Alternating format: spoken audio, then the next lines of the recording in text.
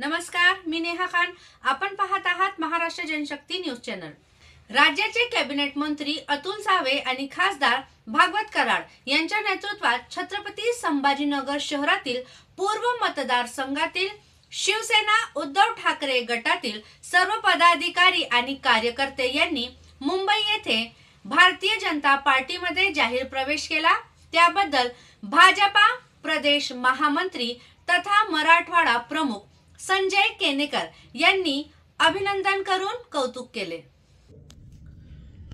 नमस्कार. भारतीय जनता पार्टी छत्रपती संभाजीनगर शहरातील उद्धव ठाकरे शिवसेना गटातील सर्व प्रमुख पदाधिकाऱ्यांचे कार्यकर्त्यांचे पूर्व मतदारसंघातील जो जाहीर प्रवेश माननीय मंत्री महोदय अतुलजी सावे तसेच खासदार डॉक्टर जी भागवत कराड यांच्या नेतृत्वात हा प्रवेश सोहळा मुंबई प्रदेश कार्यालयात पार पडला.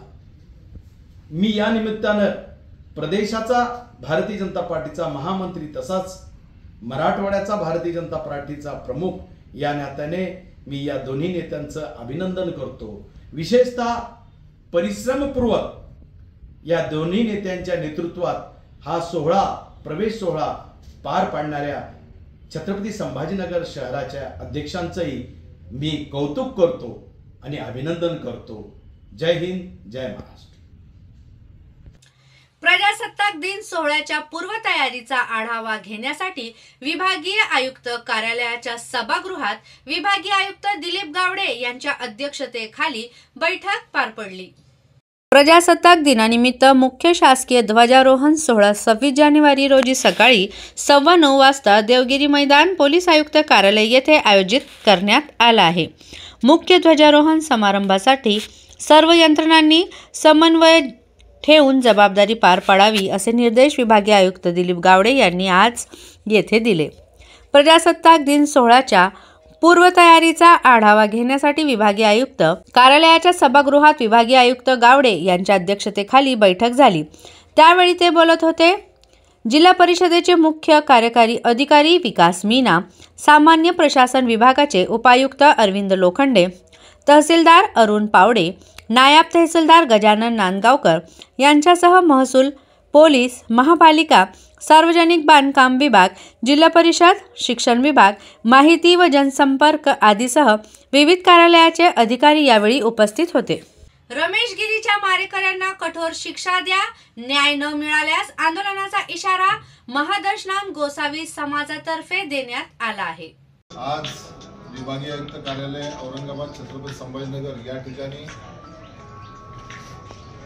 मौजे कमालपूर तालुका औसा जिल्हा लातूर येथील रितेश वीरेंद्रगिरी याच्यावर अत्यंत क्रूरपणे हत्या करणाऱ्या आरोपीवर कडक शासन व्हावं, ही केस फास्ट ट्रॅक कोर्टात चालावी, रितेश वीरेंद्रगिरी याच्या परिवाराला आर्थिक सहकार्य मिळावं आणि आरोपींना फाशीची शिक्षा व्हावी या संदर्भात दशनाम गोसावी समाज छत्रपती संभाजीनगर मार्फत अतिरिक्त विभागीय आयुक्त अरविंद लोखंडे साहेब यांना याबाबत निवेदन देण्यात आलं आणि निवेदनामार्फत समाजाच्या ज्या मागण्या आहेत त्यांच्या पुढे मांडण्यात आल्या.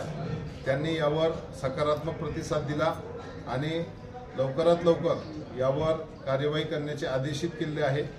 तरी सर्वांना मी विनंती करतो की आपण आपल्या परिसरात होत असलेल्या अन्याय अत्याचाराच्या विरोधात समाजाने संघटित व्हावं आणि अशा प्रकरणावर वेळीच नियंत्रण करावं एवढं बोलतो. धन्यवाद.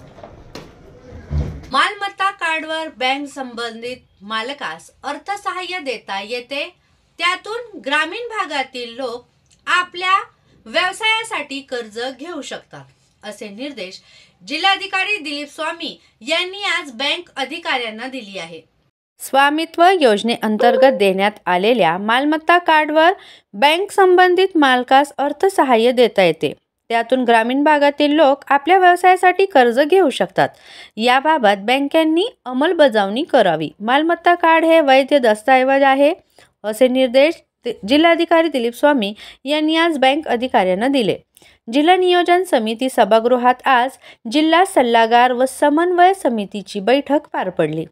रिझर्व्ह बँकेचे अमित कुमार मिश्रा, बँक ऑफ महाराष्ट्राचे क्षेत्रीय प्रबंधक विवेक नाचने, जिल्हा अधीक्षक कृषी अधिकारी प्रकाश देशमुख, उपजिल्हाधिकारी एकनाथ बंगाळे, जिल्हा ग्रामीण विकास यंत्रणेचे प्रकल्प संचालक अशोक शिरसे, जिल्हा अग्रणी बँक व्यवस्थापक मंगेश केदार, महाराष्ट्र ग्रामीण बँकेचे मनोहर वाडकर, संजय जाहीर हुसेन, ओबीसी महामंडळाचे व्यवस्थापक जगन्नाथ राठोड, दुग्ध विकास अधिकारी मनीषा हराळ मोरे, अण्णासाहेब पाटील, आर्थिक विकास महामंडळाचे व्यवस्थापक समाधान सूर्यवंशी, वसंतराव नाईक महामंडळाचे व्यवस्थापक वैभव घोडके तसेच सर्व बँकाचे अधिकारी आदी उपस्थित होते.